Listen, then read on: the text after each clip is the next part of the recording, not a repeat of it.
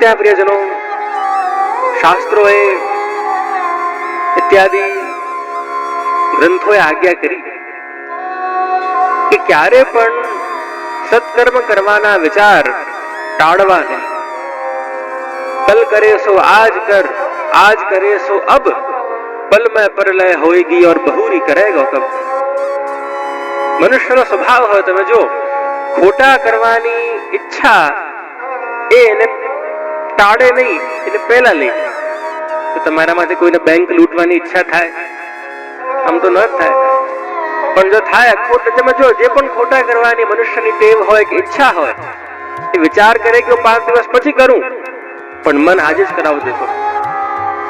અને ઊંધું છે સારા કર્મો સાથે. સત્કર્મ કરવાનો વિચાર હોય, સત્સંગ કરાવવાનો વિચાર હોય, હવેલી દર્શન કરવા જવાનો વિચાર હોય, આજે નહીં તો કાલે, કાલે નહીં તો પરમ દિવસે. તમે તો ઘણા એવા જોયા કે જે કહેતા આજથી 10 વર્ષ પહેલા અમને ખ્યાલ છે કે જે બસ 1 કરોડ રૂપિયા કમાઈ લો પછી તો આપની સેવામાં જ આવી જવું છે. હવે આજે 1 કરોડ શું 10 કરોડના 100 કરોડના માલિક થઈ ગયા, પણ છતાં હજી કમાવું છે.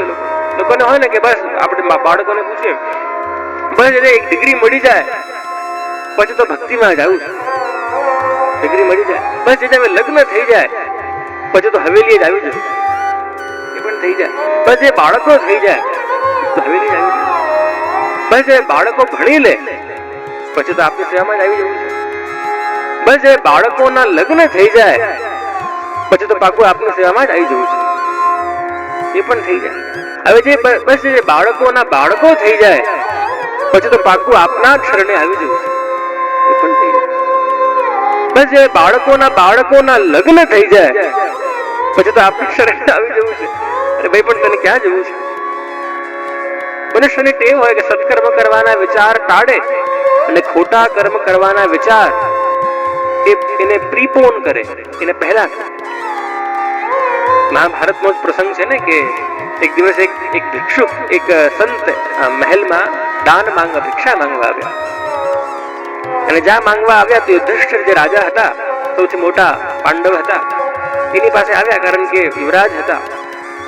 કહ્યું કે મહારાજ, आपके दरबार में आपके द्वार पे एक संत आए हैं, भिक्षा मांग रहे हैं, क्या करूं? उनको ऐसा कह दो आज महाराज व्यस्त हैं, बिजी हैं, कल आए, काले आवे અને કાલે અમે એમને દાન આપીશું, ભિક્ષા કાલે આપીશું. વાત સાંભળતા હતા ઉભા ત્યાં ભીમે પ્રિયજનો આપ માનશો નહીં, પણ શું કર્યું? બહાર દ્વારપાલો પાસે ગયા અને દ્વારપાલોને કહ્યું કે જોર જોરથી નગાડાઓ અને શહેનાઈઓ અને ઢોલકીઓ વગાડો. એ લોકો તો બિચારા ચિઠ્ઠીના ચાકર, જે મહારાજ કે માનવું પડે, વગાડવા લાગ્યા શહેનાઈ ને ઢોલ ને નગાડા વગાડે. પેલા યુધિષ્ઠિર વિચાર કરે 1-2 કલાક પછી કે આ શું થઈ રહ્યું છે? આજે જન્માષ્ટમી નથી, દિવાળી નથી, હોળી નથી, તો આજે કેમ બધા ઢોલ નગાડાઓ ને શહેનાઈઓ વાગી રહી છે? બહાર ગયા અને પૂછ્યા કે आज क्या बात है? आज न दिवाली है, न होली है, न कोई उत्सव है, न कोई त्योहार है, आप क्यों ये ढोल लगा रहे हो, शहनाइयां बजा रहे हो? तो क्या महाराज हम क्या करें, हमको तो भीम जी ने आज्ञा की, भीमे आज्ञा કરી એટલા માટે અમે ચિઠ્ઠીના ચાકર, અમને તો ભીમ આज्ञा કરી એટલે અમને તો વગાડવું પડે. ભીમને બોલાવે કે અરે ભાઈ ભીમ શું થઈ ગયું, તો કેમ ઢોલ લગાડાવ શહેનાઈઓ વગાડાવી રહ્યો છે? તો કે ભ્રાતાશ્રી, આ ઢોલ એટલા માટે વાગી રહ્યા છે કારણ કે આપને વિશ્વાસ છે કે આવતીકાલે આપ જીવિત રહેવાના છો. ફરી વિચારમાં પડ્યા, ને તો શું કહી રહ્યો છે, સમજ નથી પડતી કઈ. અરે હમણાં પેલા ભિક્ષા માંગવા તમારા બ્રાહ્મણ તમારા દ્વાર પર આવ્યા હતા અને તમે કહ્યું કે હું આજે નહીં પણ કાલે આપીશ, એટલે એ સાબિત થઈ ગયું, એ નક્કી થઈ ગયું કે તમને વિશ્વાસ છે તમારી આત્મા ઉપર કે તમારી આત્મા આજે તો આ શરીરને નહીં જ છોડ.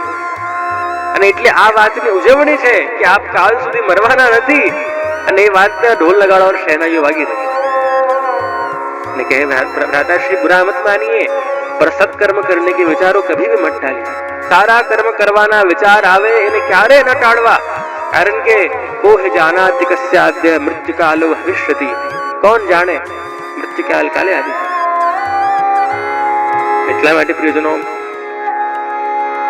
આવા સુંદર પ્રસંગો આપણને બધાને મળ્યા, આવા સુંદર અવસરો આપણને બધાને મળ્યા. કે જે દિવસે જે અવસરે આપણે બધા મળીને શ્રી ગુસાઈજીના ગુણગાન કરીએ, શ્રી વિઠ્ઠલનાથજીના ગુણગાન કરીએ, અને એ પણ એવા સુંદર સંજોગો બધા ગોઠવાયા કે ગુસાઈજીના ઉત્સવ નિમિત્તે જ ગુણગાન કરીએ, કારણ કે શ્રી વિઠ્ઠલનાથ ચંદ ઉગ્યો જગ में भक्ति चांदनी छाई रही, हम तो श्री विठ्ठलनाथ उपासी सदा सेवूं श्री वल्लभ नंदन और कहा करूं जाए काशी। अरे वैष्णव માટે તો કાશી જઈને શું કરશે? કારણ કે વૈષ્ણવના કોઈ સાચા ધન હોય, સાચા પ્રાણ હોય, સાચા આત્મા હોય તો એક ને એક માત્ર શ્રી ગુસાઈ।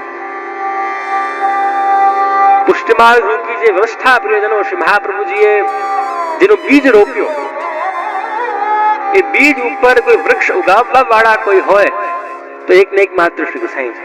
જેમ જાણે કોઈ એક બહુ મોટી ઇમારત હોય, એ ઇમારતના પાયાઓ ખોદવા વાળા શ્રી મહાપ્રભુજી, પણ એ પાયા ઉપર જે આજે ઇમારત તમને દેખાઈ રહી છે એ ભલે શૃંગારમાં હોય કે સામગ્રીમાં હોય કે રાગમાં હોય, એ ઇમારત કોઈ હોય તો એ છે એ બનાવવા વાળા કોઈ હોય તો એક ને એક માત્ર શ્રી ગુસાઈ। અને એટલે શ્રી ગુસાઈજીનું મહાત્મ્ય આપણા બધાના જીવનમાં વધે, શ્રી ગુસાઈજી જેવા શ્રેષ્ઠ આચાર્ય આપણને બધાને મળ્યા, એ વાતની જાણ આપણને બધાને થાય, એ જ હેતુથી અને એ જ પ્રયાસથી આપણે બધા આજે ભેગા થયા છે। વિદા જ્ઞાનેન ઠાન શૂન્યાન લાતી સ્વદાસત્વેન અંગી કરોતી સ વિઠ્ઠલ। શ્રી વિઠ્ઠલનાથજી શ્રી ગુસાઈજી કોણ? વિઠ્ઠલનો અર્થ આપણા ત્યાં શાસ્ત્રકારોએ કર્યું, શ્રી રઘુનાથજીએ કર્યું કે વિઠ્ઠલ કોણ? કે જે વી ઠ ઠ લ એટલે કે વિદા જ્ઞાનેન ઠાન શૂન્યાન લાતી, કે જે જ્ઞાન વગરના ઠાન શૂન્યાન શૂન્ય જીવોને કૃપા કરીને, યોગ્યતા સામે ન જુએ પણ કૃપા કરીને જે ઠાકોરજીને સન્મુખ લાવતા હોય, ઠાકોરજીની સેવામાં અંગીકાર કરાવડાવતા હોય, એ કરાવવા વાળા કોઈ હોય તો એક ને એક માત્ર શ્રી ગુસાઈ। અને એટલા માટે વલ્લભાખ્યાને પણ ગોપાલદાસજીએ ગાયું કે શ્રી વિઠ્ઠલ સુખકારી और नामे निष्पाप थाय नर नारी, दुर्गत सकल निवारी प्रगट्या श्री ब्रजपति राज बिहारी। अर्थात आ पुष्यमार्ग रूपी व्यवस्था आपवा वाला कोई होय, रागમાં હોય કે ભોગ, એટલો એટલી બધી વૈવિધ્ય આપણે ત્યાં શ્રી ગુસાઈજીએ પ્રદાન કર્યું આપણને બધાને। જેને જેમાં રુચિ હોય, કોઈને રાગમાં, કોઈને સંગીતમાં રુચિ હોય તો એવા એવા રાગ આપણા, તમે જો એક તો પુષ્યમાર્ગની વિશેષતા જો પ્રિયજનો કે એવા રાગ કે જે શાસ્ત્રીય સંગીતમાં મોટા મોટા પંડિતોને ગાવા અઘરા પડે, એ ભીમપલાસી હોય કે દરબારી કાનડો હોય કે નાયકી હોય, તમારા સૌરાષ્ટ્રના ગામડાઓમાં માણાવદર ને કેવદરા અને સાવરકુંડલા અને ધારી ને એ બધા ગામોના મરજાદીઓ ખૂબ પ્રસન્નતાથી ને ખૂબ સરળતાથી રાગ ગાઈ જાય છે। આ કૃપા કરવા વાળા કોઈ હોય તો એક ને એક માત્ર શ્રી ગુસાઈ। અમારા તાજ્ય ઘણી વખત એક પ્રસંગ સંભળાવતા પ્રિયજનો, આજથી લગભગ 50 વર્ષ પહેલા ચુનારમાં કે જ્યાં શ્રી ગુસાઈજીનું પ્રાગટ્ય સ્થાન છે, એ સમયના જે પણ યુવા વલ્લભકુલ બાળકો બિરાજતા હતા એ બધાની એક સંગોષ્ઠી થઈ, એક મિલાપ સેમિનાર જેવું થયું। અને સેમિનારનો વિષય શું કે પ્રભુમાં આપણે મન કઈ રીતે લગાવીએ। કોઈ આચાર્ય કહે કે આ ગ્રંથ વાંચો, આનાથી મન લગે, કોઈ આચાર્ય કહે કે આ શાસ્ત્ર વાંચો, આવી માળા કરો, આનાથી મન લગે, કોઈ કહે કે તમે આવા પાઠ કરો, આનાથી મન લગે। અને એવામાં એવું કહેવાય કે એક વડીલ આચાર્ય ત્યાં સભામાં પધાર્યા અને આપશે પૂછ્યું બધાને કે આ બધા મળીને શું ડિસ્કસ, શું વિવાદ કરી રહ્યા છે? तो काका जी हम सब मिलकर ये बात को निष्कर्ष निकाल रहे हैं कि ठाकुर जी में मन कैसे लगे, कि हमारू मन ठाकुर जी में कई रीते ચોંટે। એવું કહેવાય કે આજે આચાર્ય હતા, આપ હસ્યા અને આપે કહ્યું કે દેખો ભાઈ, એ તો પુષ્ટિમાર્ગ, આ પુષ્ટિમાર્ગ છે, આટલા બધા પ્રકારના રાગ, આટલા પ્રકારના ભોગ, આટલા બધા પ્રકારના શૃંગાર, જો આ બધાથી મન ન લાગે પ્રભુમાં, તો શું તમારું મન ઠાકોરજીમાં ગુફાઓ ભરાઈને લગાવવાનું? જો આટલા બધાથી મન ન લાગે તો કઈ રીતે લાગવાનું? અને ભક્તની યોગ્યતા સામે નહીં જોતા, કેવલ કૃપા બળ ઉપર કૃપા કરવા વાળા હોય તો એક ને એક માત્ર શ્રી ગુસાઈ। જો ને આપણે તો ઠાકોરજીને જગાવીએ સવારે, શું ગાઈએ? ઉઠો તાત પ્રાત ભયો રજની કો તમિર ગયો, કહીએ ને આપણે કે હે પ્રભુ જાગો, સવાર થઈ ગઈ છે, રજની એટલે રાત્રિનો જે અંધકાર છે એ પણ નીકળી ગયો છે। સવારે જગાવતા હો તો સમજ્યા 6-7 વાગે. ક્યારેક ક્યારેક એવું થાય કે આપણને ક્યાંક બહાર જવું હોય અને આપણે ઠાકોરજીને જગાવીએ કેટલા વાગે? સવારે 4 કે 4:30 વાગે. ત્યારે પણ આજ ગાઈએ, ઉઠો तात प्रात भयो रजनी को तिमिर गयो. ઠાકોરજી બિચારા વિચારતા હશે, અરે ભાઈ ક્યાં રજની કો तिमिर ગયો છે? ક્યારેક ક્યારેક એવું પણ થાય કે આપણે રાત્રે ક્યાંક મોડા બહાર ગયા હોઈએ, મનોરથમાં ગયા હોઈએ, કોઈ દાંડી લીલામાં ગયા હોઈએ અને પાછા ઘરે આવીએ અને ઠાકોરજીને આપણે સવારે મોડા જગાવીએ. ત્યારે પણ આપણે આજ ગાઈએ, ઉઠો तात प्रात भयो रजनी को तिमिर गयो. 10 વાગ્યા 11 વાગ્યા હોય, ઠાकुर विचारता है, अरे भाई रजनी को तिमिर तो कब को चलो गयो, तो अभी का गारो है. એટલે આ શ્રી ગુસાઈજીની કૃપા કે એટલો એક સરળ માર્ગ. હવે જો પરે હતા પ્રસંગ છે, એક વ્રજવાસી, ઘોડા વ્રજવાસી ગુસાઈજીની પાસે આવ્યા ઠાकुरજી પધરાવવા માટે. ત્યાં ઠાकुरજી પધરાવવા આવ્યા તો ઈચ્છા હતી, બહુ ઘોડા સ્વભાવના, ખૂબ જ ઘોડા, કે મારી ઈચ્છા છે કે આપ મારા ઠાकुरજી પધરાવી આપે.